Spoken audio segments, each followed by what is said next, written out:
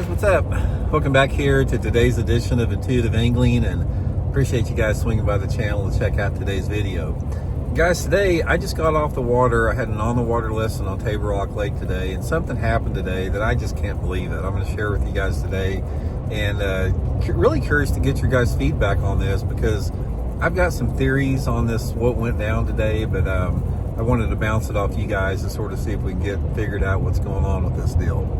So guys, also before we get started, just a couple quick things. Just like to invite everybody to please consider subscribing here to Intuitive Angling if you like that content, man. If it's something that's been helping you out, or you enjoy, watching the videos, hitting that subscribe button is free and easy to do. And also, guys, if you want to go to the next level on Intuitive Angling, you can be an Intuitive Angling channel member. Just go to my YouTube homepage, hit the join button for information there, and it just gives you all the details there. Channel members get private videos every week that aren't seen by the public, and some access to my email address for your fishing questions. So really appreciate that. Thank you very much for me and my family there. Okay guys, had an on the water lesson today at Table Rock, and a lot of you guys that watch the channel, I've been fishing this lake forever, since the late 1960s. Got thousands of days on it. I've fished it for 4 seasons of the year for over 50 years. So I pretty much know where to go at any given time of the month. I just fish the place so much, I know. So anyway, today, the plan was, and on the water lesson day, is I wanted to go shallow cranking, because in this time of year, traditionally, every single time, October, early November, you can go up in some of the stained water areas of Table Rock Lake, and you can catch a lot of fish shallow cranking, like on, square bill crankbaits and, medium diving crankbaits, that type of stuff. And you can normally catch a lot of fish. I mean, you may not catch a ton of keepers, but you can normally, on an average day, this time of year, my expectation is I'm going to catch 20 to 30 bass doing this.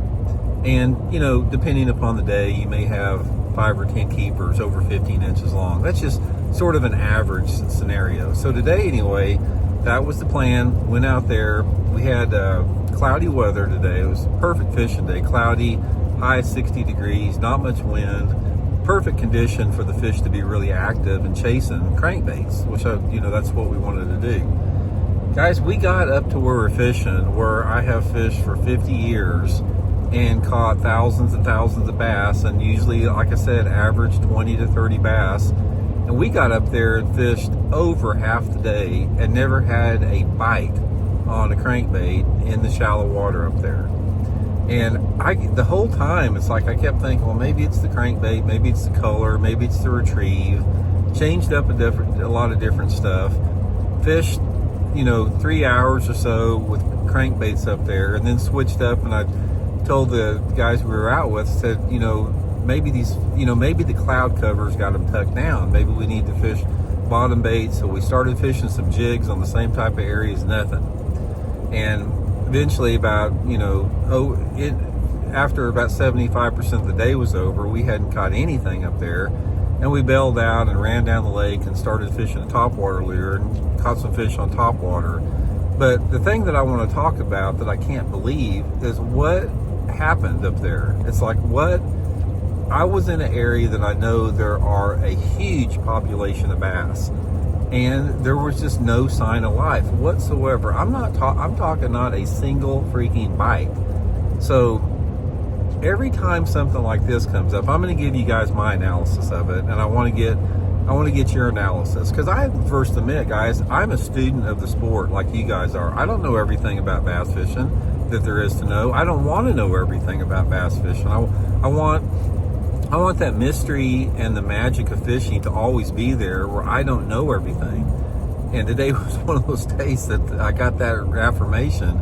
But I'm going to give you my theory, and then I want to get your guys' theory on it. Here's mine. It's like everything that, all the information that I could assimilate on there was this. Number one, when I got up there today and started looking, the water clarity was cleaner than normal. It's like normally in this area that I'm fishing, you got probably, a foot and a half, maybe 2 foot of visibility. Today we had, probably 3 foot of visibility, maybe a little bit more. It was cleaner than I have seen it all year long. That's the number one thing. Second with that is the water temperature has dropped about 10 degrees over the past week and a half. That's another factor. Next factor with that is we had a heavy overcast sky today. The sky was, really dark. It'd been raining a couple different days yesterday. For about 2 days now it's been raining. So this was the third day of overcast. So we had all those factors combined with it. Now, how those factors affected the fish was the fact that I don't think those fish were in that zone. We were basically fishing anywhere between, say, 3 to 7 foot of water. I don't think, with the environmental factors that we had coming in, after analyzing it and after running a bunch of different stuff and trying different stuff, I think the fish swam out of those depth zones. I think they either were tucked down on the bottom deeper, or maybe some of them were suspended, but they were not positioned where 99% of the time they are positioned every single time I've been up there. Here's one thing that I found out about it. It's like, and I've talked about this on my videos before, when you have an extended period of overcast conditions, especially rain, it doesn't affect the fish like what you would think. You would think that with the low light conditions and clouds, it would make fish more active and aggressive. That's not what happens a lot of times. After you've had, like this is right now, we're on our third day of rain and heavy overcast. My experience is when you have over 2 days of rain and heavy overcast, the fish don't want to chase. It's almost like they get dormant a little bit and they get inactive and they get on the bottom. Now, that is what I think happened. I think that these fish were on the bottom. I think they were tucked down on the bottom, and I think they moved out deeper than what I thought they were, because normally in that area that I fish, you don't ever catch anything over 10 feet deep.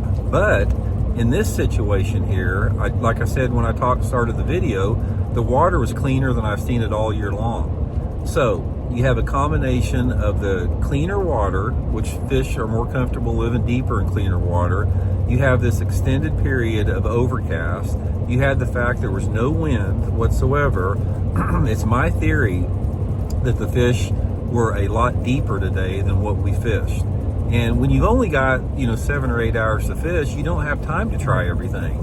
Normally you try to adjust your baits or different type of areas a little bit, but you can't do everything. You can't fish 1 to 30 foot deep with 100 different baits. You got to lock down on something.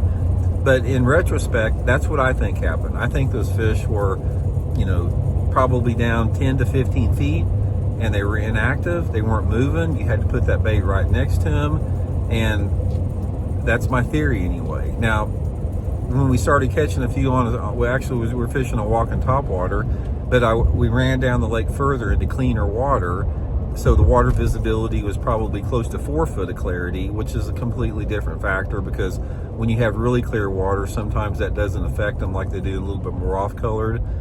But anyway, I couldn't believe it, guys.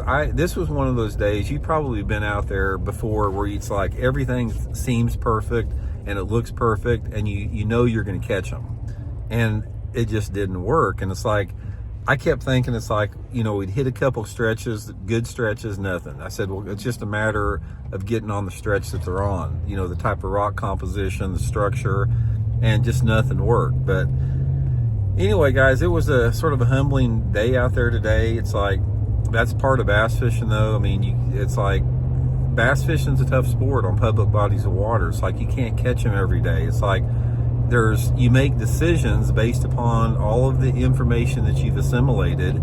Sometimes you make the right decisions, sometimes you make the wrong decisions, but I just wanted to run that by you guys. Let me know what you guys think. How would you have approached it based upon the situation I told you? Let me know what you guys think about it, how you would have done something different, and appreciate you guys tuning in. We'll talk later.